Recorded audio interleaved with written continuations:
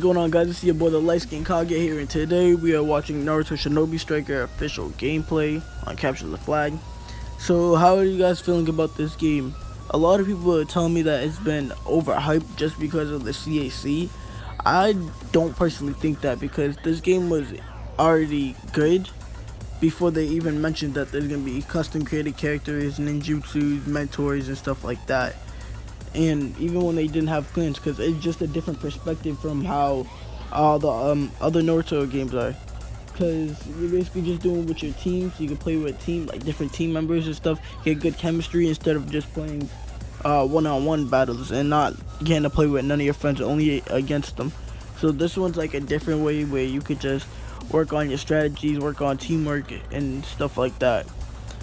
But how are you guys feeling about the clans? So if they add the clans, should the Hyugas have the Byakugan, the Uchihas have the Sharingan, Uzumakis have the longer life, and the Senju have the, what is it, fast ninjutsu, I think it is? Because I think that they should have that instead of just having everybody can have the same thing. So everybody have your Uzumaki with a Sharingan or a Byakugan, or your Hyuga with Uzumaki lifespan. Like, nah, that doesn't make sense unless you're like one of those hybrids like Boruto. That's kind of different, or Sarada, like that's mostly different. And how are you guys feeling about the swords combos? I honestly I'm in love with that.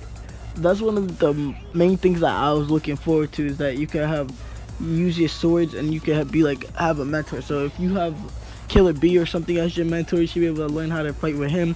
Kisame should be able to learn how to fight with his sword style, Zabuza with his executioner blade, or even Sasuke with his sword. But I don't know if the case is with Killer B you can actually use his swords, because that's kind of complicated if you guys didn't see the gameplay, not the gameplay, like the video play of him doing that.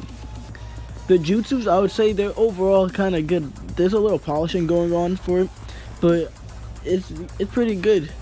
I just don't like certain things about this game, just how the running mechanics are. When you're running on the walls, you have to double jump and throw a kunai at it. That's kind of stupid. I don't think that they should have had that. It should have been something a lot less difficult. Not really difficult, but like complicated. Or the running mechanics when you're running on the walls. Because imagine somebody going after you when you capture the flag, and then they throw a Rasengan or a fireball jutsu. You're gonna get knocked down. What if you don't have time to throw your kunai on the wall again? You're fucked, right? Sorry for my language if you guys don't like that, but sorry to say. How you guys feel about Sakura, actually? Because I don't know if she's gonna be like one of those tanky characters that has a lot of strength and healing, like big hybrid. Because if they do make her a hybrid, she should not have a lot of health, but she should be able to have a lot of strength and able to heal people. So she's sort of like mixed with a striker and a healer, sort of. And see, look at the combos with the executioner blade. That's why I'm in love with it.